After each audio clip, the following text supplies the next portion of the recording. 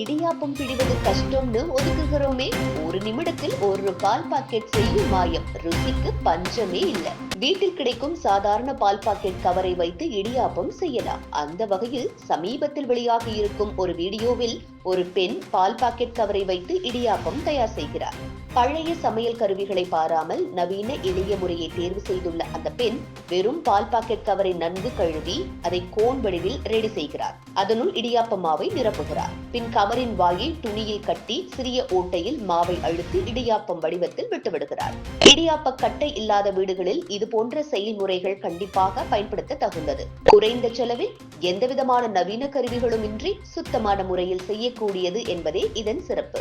வீடியோவில் அந்த இடியாப்பம் சிக்கனமாக ஒரே மாதிரியில் வெளியே வருவது வடிவத்தில் வேறுபாடு இருந்தாலும் இடியாப்ப ருசிக்கு எந்த வகையிலும் சலிக்கவில்லை. குழந்தைகளுக்காக சுவையானதாகவும் நலன்களும் மிக்க இடியாப்பம் வீட்டிலேயே தயார் செய்யும் முறையில் இது ஒரு புதிய முயற்சி என்றே சொல்லலாம். பெண்கள் சமையலுக்கு புத்தம் புதிய யோசனைகளை சேர்க்கும் விதமாக இது போன்ற காணொளிகள் பெரிதும் வரவேற்கப்படுகின்றன.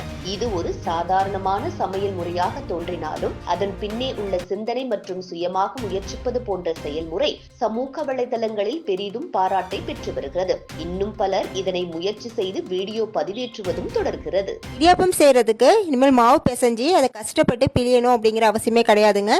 ஈஸியான மெத்தட் நான் இன்னைக்கு ஷேர் பண்ணியிருக்கேன். ஃபர்ஸ்ட் நம்மளுக்கு ஒரு கோன் மாதிரி ரெடி பண்ணுங்க. அதுக்கு நான் பால் கவர் இந்த மாதிரி கோன் மாதிரி ரெடி பண்ணிக்கிட்டேன். இப்போ ஒரு பவுலில் பச்சரிசி மாவு உப்பு சேர்த்து தண்ணி சேர்த்து இந்த பதத்துக்கு கரைச்சி எடுத்துக்கலாங்க. இப்போ அந்த கோன் மாதிரி ரெடி பண்ணியிருக்கோம் பாருங்க, பால் பாக்கெட் கவர், அதில் அந்த மாவை ஊற்றிக்கலாங்க.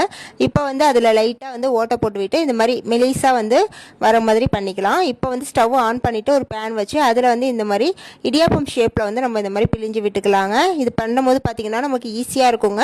அதே சமயம் டக்கு டக்குன்னு வேலையை முடிஞ்சிடும். இப்போ பார்த்தீங்கன்னா ஒரு 10 செகண்ட் மூடி வச்சுட்டு நம்ம எடுத்தோம்னா சூப்பரான இடியாப்பம் ரெடி ஆயிடுச்சுங்க. இதுக்காக நம்ம கஷ்டப்பட்டு மாவு பிசைஞ்சு அதை உரலில் வச்சு ரொம்ப கஷ்டப்பட்டு பிழியணும் அப்படிங்கிற அவசியமே கிடையாதுங்க. இது ரொம்பவே ஈஸியான மெத்தடுங்க. டேஸ்ட்டில் எந்த ஒரு டிஃப்ரென்ஸுமே இருக்காது. இடியாப்பம் மாதிரியே தான் இருக்கும். அதனால கண்டிப்பாக நீங்கள் ட்ரை பண்ணி பார்க்கலாம். இது போன்ற முக்கிய நிகழ்வுகள், அரசியல் தகவல்களை ஆழமாக மாறுபட்ட கோணத்திலும் அறிந்து கொள்ள மறக்காமல் பாரத் மெயில் 24 பக்கத்தை பின்பற்றிக் கொள்ளுங்கள். உங்கள் ஒவ்வொரு ஆதரவும் இது போன்ற பல நிகழ்வுகளின் பின்னணியை அறிய உதவும்.